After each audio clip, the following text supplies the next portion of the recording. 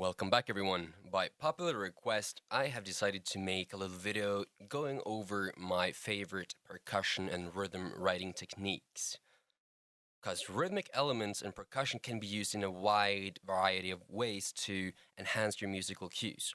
From light background elements to drive your cue forward, to hits and transitions, and all the way to dominance epic rhythms. Only your imagination really sets the boundaries for what kind of stuff you can do, but in this lecture, I'm going to take you through some of my favorite ways to use simple rhythmic elements to really bring my musical cues to a new level.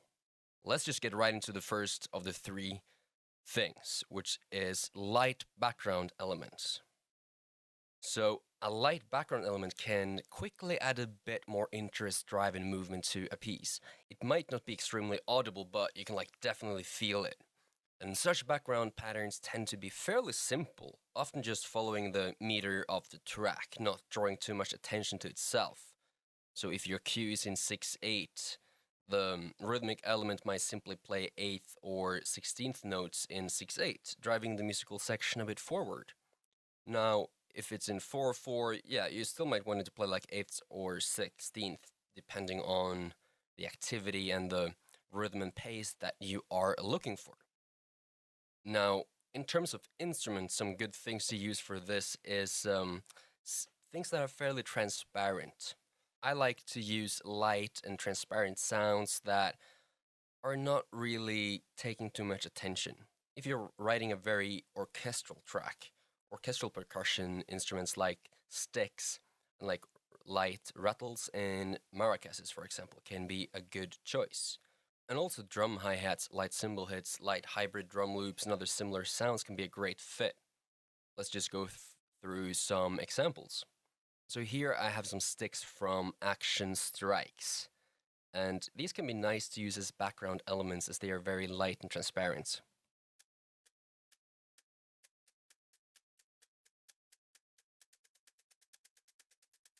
These are some bamboo sticks, and these things don't really draw too much attention. So they can be very nice for these background rhythms that just drive things forward. So here, what I just did now, I just made a little chord progression with a simple melody that we're just gonna use to test out some of these techniques as we go now. So let's try to add a little, this kind of rhythm behind these chords. Let's check it out. Or you know what, first let's check it out without anything and then we'll add it, all right.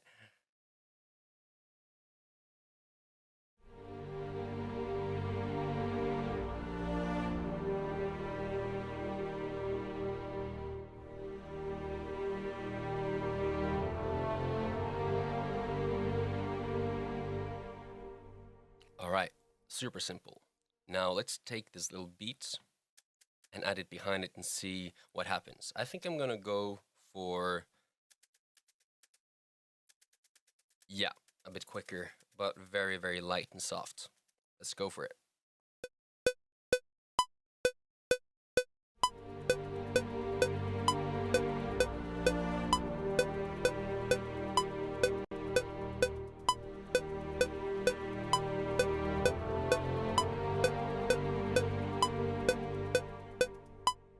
Okay, what I'm gonna do now is to make sure that this is quantized, so it starts exactly at the beat, because this is a loop, so if you don't really nail the beginning time, it's gonna be off, and that's not gonna sound too good. Alright, let's give it a listen.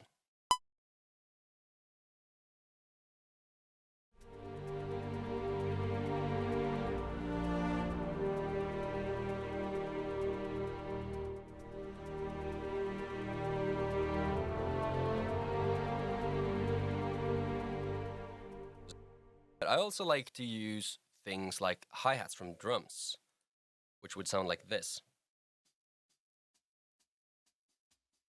Or ride cymbals.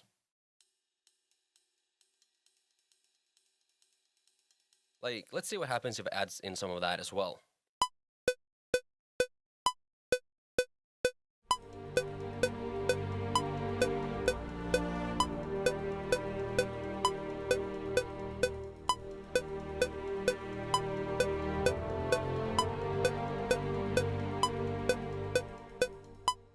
Let's see how the performance turned out. Need to make sure everything is on time. quantizing it to 16th notes, and everything was perfect actually. Nice.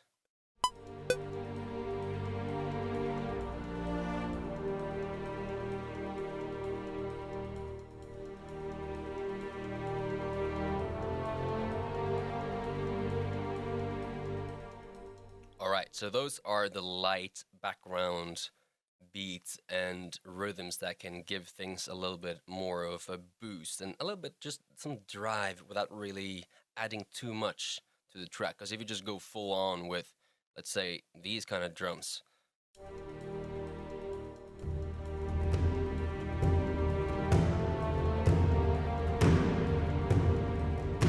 that might be super cool for later, but sometimes all you need is just a little background movement to make an earlier part of your track a bit more interesting. Another nice use of percussion and rhythms is to enhance and add impact to transitions between sections of your cue. This can be done with a simple drum hit as the new section begins. It can be, say, a massive drum roll that transitions into a cymbal hit on the climax and everything in between. So, a lot of times it might be hard to avoid losing energy when transitioning from one section to another. Say you're going from the first A section to the next A section, or anything like that. One way to make sure that a newly introduced song section starts with a boom, quite literally, is to add some kind of hit and some form of transition in between the sections. A combination of a roll or a swell into a hit when the new section begins is a very simple but highly effective way to give your track a little boost. It's not a very prominent way of using percussion, but it surely makes a huge difference in keeping the interest of the listener as the track is progressing. Even without any other percussive use, only enhancing these transitions might take your track to a whole new level. So, as we just did before, let's take another example here and try to add some rolls. So the first way of using hits and transitions is hits. And one subtle way to boost your song section is just add some kind of percussive boom or hit at the beginning of the section, and each repetition of a melodic theme. Optionally, you can do this every other bar depending on the feel you're going for. Such a percussive element can be something like a sub boom if you're going for something kind of subtle. It can be a bass drum or something like that if you want to stay within, traditional instruments. Or it can be a huge processed, trailer hit if you're aiming for a lot of energy. So now let's just insert some kind of hits into here. I'm gonna go to arc, and I'm gonna take what's I think just called like the arc hits, epic percussion hits.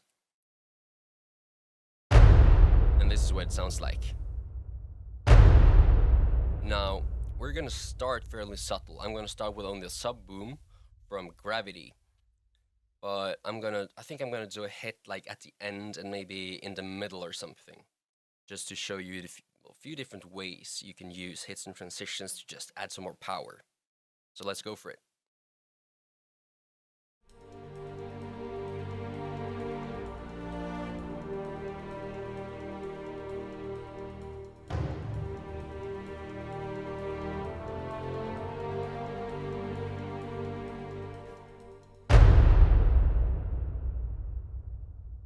Sounds a bit off. That's this right now, actually.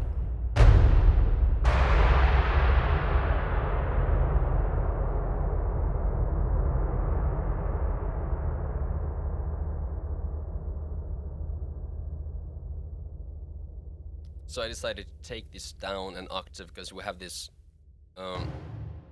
low kind of gong that's nice for these kind of transitions, and then a bigger hit at the ending here.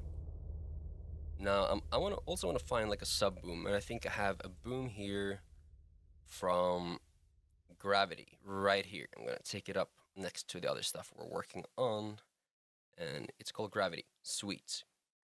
I'm gonna take a little sub boom at the beginning and put it right there.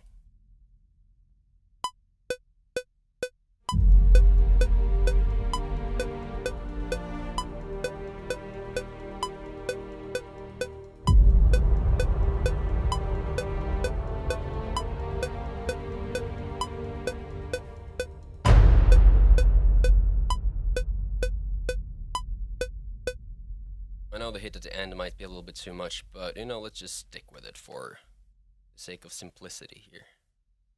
So I just put like a little boom on each, like every 4 bars pretty much. So there we have hits. Now, where the real magic also happens is in the transition. So leading up to a hit, a form of transition effect can often be effective and make the transitions flow a bit better and not be too abrupt, especially when we have a kind of slow, chill chord thing going on like we do now. So for orchestral textures, a cymbal roll or a roll on some kind of bass drum can be a good choice, but for hybrid and more energetic textures, risers, bigger drum rolls, and whooshes can also be extremely great for this. Let's have a look at a few examples where we can add some kind of roll to this. And I think I made ready some rolls from hybrid tools. And it's gonna sound like this. It's kind of like a whoosh. And I'm gonna make that lead into the new sections here.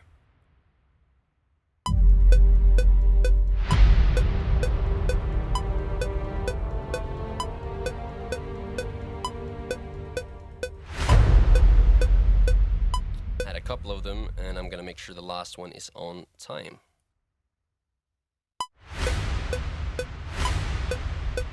That's more like it. Alright, so at this point we have both some rolls and some transitions here. This is just from hybrid tools. Called, yeah, just the taiko rolls here. Alright, sweet. So we have a few different techniques here now. I'm gonna go through one more, which is rhythmic patterns, of course. I mean, we haven't really been looking at very rhythmical stuff now, at least not very interesting, so that's what we're heading into right now. So we've been looking at some very simple ways to enhance our track. Let's have a look at some more prominent rhythmic patterns as a part of our compositions. The first step is to figure out what kind of feeling you're going for. Do you want something simple and driving, epic and in your face, like ethnic or industrial, or like, figure out where you're going. These things will make it easier for you to pick out the right rhythms and instruments for your cue. So let's try a few different approaches here. I can take I think these are some, dull drums. I'm gonna take the sticks and I'm gonna make a little drum beat going over this that's, kind of laid back but has a bit of activity. Let's give it a shot.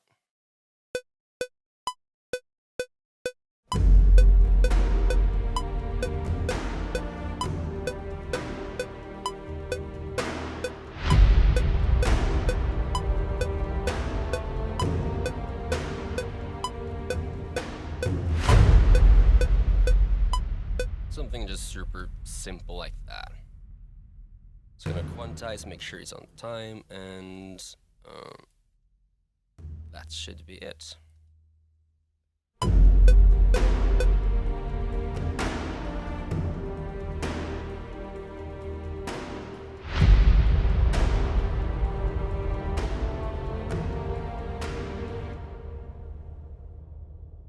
So here I just had like a simple background element, in the background with the 16th notes of my tempo, and I have some bigger drums doubling it.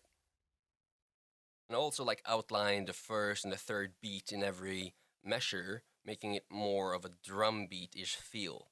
That said, the rhythm itself is fairly simple. It's just doom, ga, ga, so it's very, very straightforward, but it gives it a bit of drive. So to just find the right rhythm for you, I'm gonna suggest that you just play around. Like, we can try something different here too. Let me just move this over here. Go with something like this, for example.